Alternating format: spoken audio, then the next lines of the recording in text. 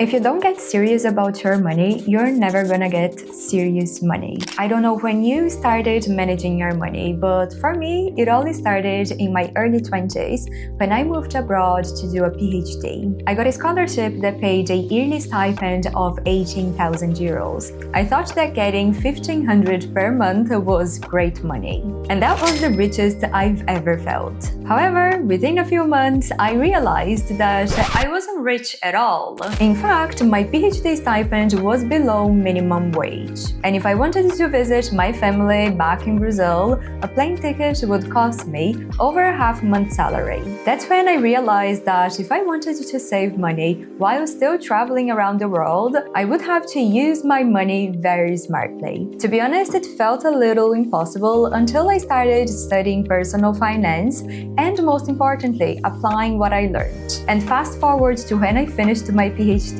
I had not only saved 6 figures, but also managed to travel over 6 times per year. And in this video, I'm going to share with you the strategies that I personally used to save over 100,000 euros. Hello friends, and welcome back to the channel. If you're new here, my name is Mari. I'm a doctor turned entrepreneur, and in this channel I talk about personal development in a very practical way to help you make a real change in your life.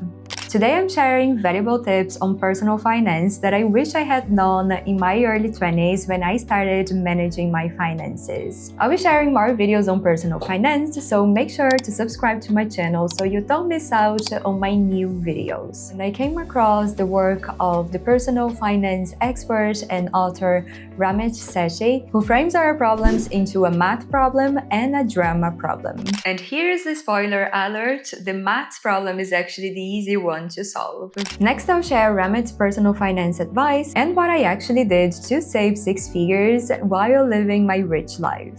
And believe me, I didn't do anything complex. On the contrary, all the strategies that I'm going to share are super simple to apply. So without further ado, let's get started. And first, we're going to talk about the math problem. In this first part, we're going to discuss the more rational and practical side of your personal finances. And there are basically 3 questions you need to answer. Where am I?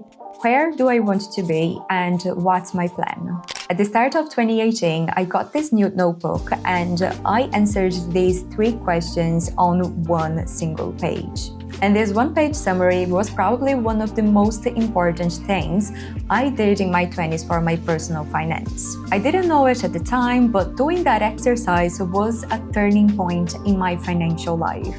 The first question is, where am I? Your first step here is to map your numbers. And in particular, there are 3 numbers you need to know. That is your net worth, your income, and your expenses. And you may ask me how to do it. Back then, I did the most simple thing, and that worked really well. I just got that new notebook, I wrote down finances, and next to it, the date. And then I wrote down net worth, income, and expenses. At the time, it was super easy for me to know how much was my net worth because I literally had one bank account and whatever change I had in my wallet. I only had one source of income, my PhD stipend, which was 1,500 per month, and finally expenses. So I knew what my fixed expenses were, like rent, bills, and groceries, and also my variable expenses, anything that I spent on restaurants, traveling, etc. This exercise shouldn't take very long to do, but I promise you it's so worth doing because it is going to open up your eyes to see your finances from a different perspective. What was most interesting to me was to think about where I would be in the next pages in that notebook.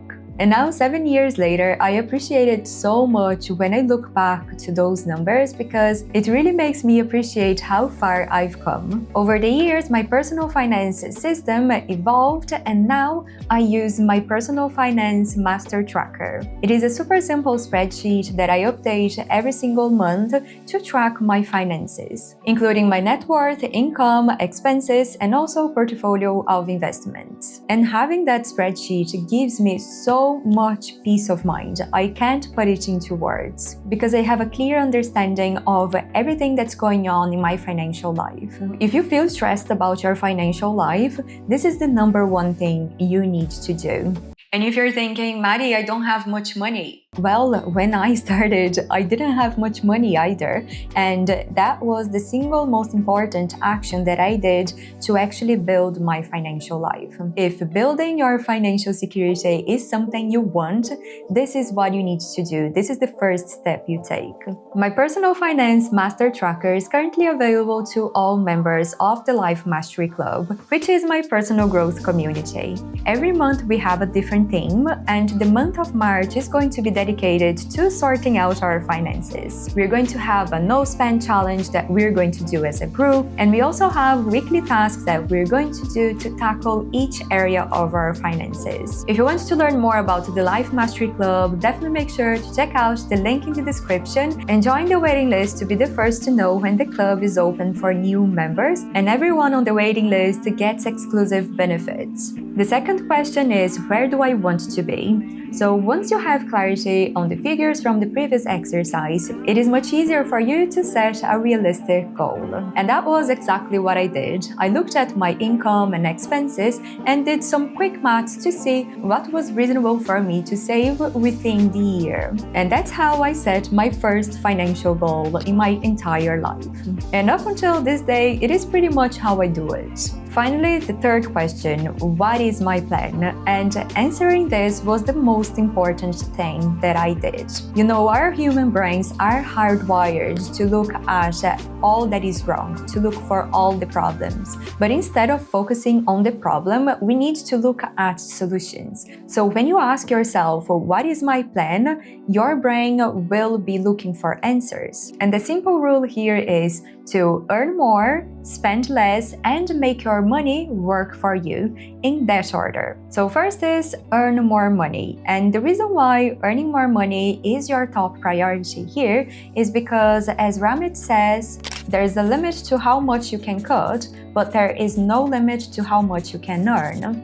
And what Ramit suggests is first to negotiate your salary, then you can think about getting a part-time job, and third, you can think about scaling your business or starting a side hustle. In my case, there was no way I could negotiate my salary, so I went for the two other options, getting part-time jobs and starting a side hustle. So I brainstormed a few ideas and mapped out my next steps, which included talking to some people, look for a part-time job, and see how I could start tutoring students. Next is spending less. And here Ramit suggests that you spend your money consciously by developing what he calls the conscious spending plan, which is basically a fancy word for a budget. I guess he just gave it this name because some people have a negative view on budgeting, but that is a limiting belief. I prefer to believe instead that a budget doesn't limit your freedom, it gives you freedom.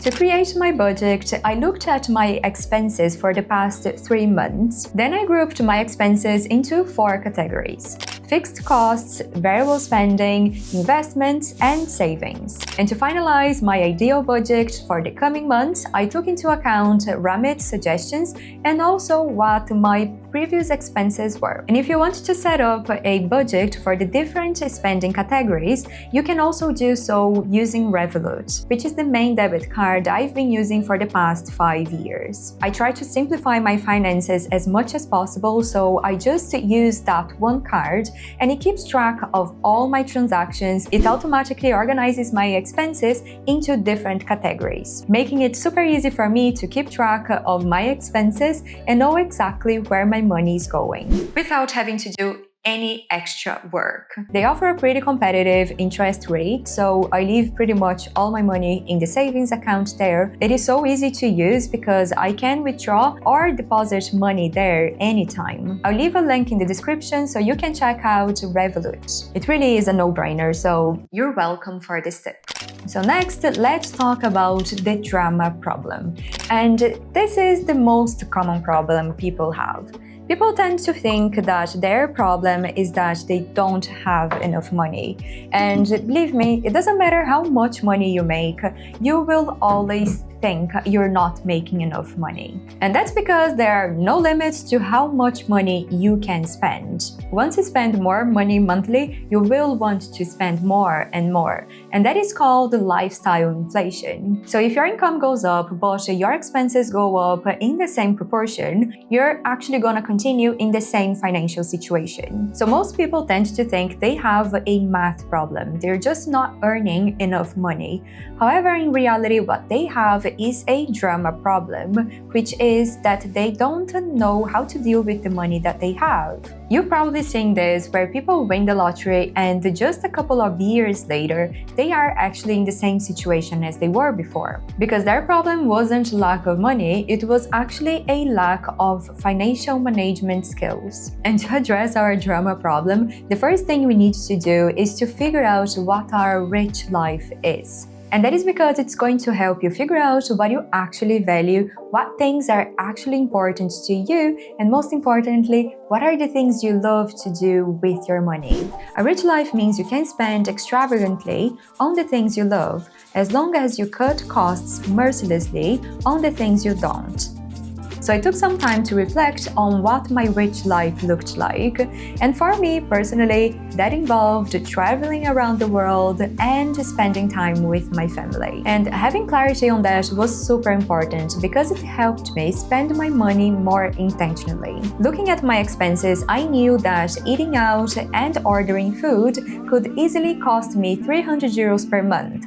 And expenses like getting coffee regularly and drinking on the weekends could cost me another 300 easily. Since traveling was so much more important to me than those expenses, it was so much easier for me to cut down on them. At first, it was difficult. As humans, we are creatures of habit and we don't want to change our habits. But knowing that each time I was saying yes to eating out and drinking alcohol or getting coffees, I was saying no to travel, it made it so much easier for me to change my behavior. And I personally found so many benefits to not drinking alcohol that I pretty much stopped drinking altogether. And that is because in my rich life, I would much rather go traveling and enjoy life rather than drink and wake up the next day feeling miserable. And I'm sure that on my deathbed, I'll be so proud of myself to have gone on so many adventures and really experienced this world rather than spending my precious time, energy, and money drinking. So that is my personal takeaway, and having clarity on my values was what really helped me actually follow through and make that change happen in my life. So now that you have clarity on your rich life, you need to develop your rich mindset. And mindset is actually what holds most people back. I know you may think that your biggest obstacle to actually achieving your financial goals is how much money you earn, but that is not true. It is actually your mindset. And I say this because I really needed to hear this back then. Your mindset is basically the things you believe about money, and those beliefs make you think a certain way, and those thoughts make you feel a certain way, and those thoughts and emotions make you act in a certain way, which makes you develop your money habits. When you have empowering beliefs, you will have positive money habits, and when you have limiting beliefs, you're going to have negative money habits. To master your money mindset, you need to develop a lot of self-awareness because, as the saying goes, a problem well stated is a problem half solved. So for me, that meant figuring out what were my limiting beliefs around money and around my situation in particular. As I was doing a PhD at the time, most people around me believed in things like PhD students don't have much money. It is impossible to save money while doing a PhD. Instead of using those limiting beliefs as an excuse for my lack of progress in the financial area, I decided to challenge those beliefs and look for ways to make more money. So instead of focusing on the problem, which was my lack of income, I focused my attention on the solutions, which was basically how to make more money. That's when I started asking around to see how other people made money outside of their PhD, and I started doing part-time jobs, tutoring, and so on. I remember that at some point, my goal became to save all my PhD stipend and cover all my expenses with the money that I was making outside of my PhD. At that time, I also had a lot of limiting beliefs around budgeting. I thought that budgets were restrictive and money was there to be enjoyed. And I also thought I didn't even make enough money to actually create and be able to follow a budget. Once I overcame all these limiting beliefs and actually created a budget and understood how much money I needed to make to cover my expenses, that was honestly liberating. Having a holistic view of all the things I wanted to do with my money and understanding how much I would like to dedicate to each of those areas allowed me to go from a limiting mindset to a more empowering one. So instead of thinking I can't afford this, I would think to myself, I don't actually want to get this because I prefer saving my money for my future self or for something else. I went from seeing a budget as something that would restrict myself to something that would actually create a lot of freedom in my life. And this mindset shift was honestly game-changing. For me personally, the biggest thing that hindered my progress was perfectionism. And the 85% solution was what I actually needed to overcome my perfectionism. I'm still dealing with this, but it has become a lot better over the years. Ramit Sethi says that most people get stuck looking for a perfect financial plan, and that was 100% me. I want to read this quote for you. It is more important to get started than to spend an exhaustive amount of time researching. He's calling me out so bad in this quote because spending an exhausting amount of time researching was basically my hobby. To really make progress in my financial life, I had to embrace the 85% solution, which is basically aiming to get things 85% correct. Another word for being good enough. And this concept has proven to be true in so many areas of life. You know, sometimes the most advanced thing we can do is to actually just do the basics consistently. It is much better to start investing imperfectly than not to invest at all. Better to go to the gym imperfectly than not to go at all. And it is much better to eat healthy imperfectly than not to eat healthy at all. Taking consistent steps that are somewhat directionally correct is going to get you closer to your goal than just taking one step that is perfectly aligned with where you want to go. Because even though that step is perfectly aligned, it is just one step. But if you took several steps to go in the direction you want to go, you are actually going to get much closer. So the idea here is to not overthink your perfect financial plan. Just identify a couple of actions that you could take that will take you closer to achieving your financial goals. Because let me tell you, the single most important factor to your financial success isn't what you know, but what you actually do with that knowledge. This is the most important insight from this video. Instead of trying to figure out a complex financial plan for your life, just take one step that will help you get closer to your goals. Whether that means start tracking your finances, figuring out different ways to earn more, or even working on your money mindset. Taking this one step will get you much closer to your financial goals than just sitting there and trying to figure out the perfect financial plan. If you're still watching, it means you're truly committed to taking control of your finances and building long-term financial security for yourself. That's why I want to invite you to check out the Life Mastery Club, which is my personal growth community where each month we focus on mastering one area of our lives. Next month, I'll be launching the Wealth Mastery course exclusively for all members of the Life Mastery Club. We'll be doing the course together and supporting each other along the way. This is a perfect opportunity for those of you looking for a structured program, practical tools, and easy to implement strategies. By applying just one of the strategies that I share in the course, some of my coaches were able to actually make back all the money they invested in under 1 month. As the community grows, I'll continue creating more courses and resources to help you create a wealthier, healthier, and happier life. Make sure to check out the link in the description to discover all the benefits you would get as a member of the Life Mastery Club. If you're looking for strategies to save more money, make sure to check out this video next, where I share 10 easy money saving strategies. I hope to see you there. Bye!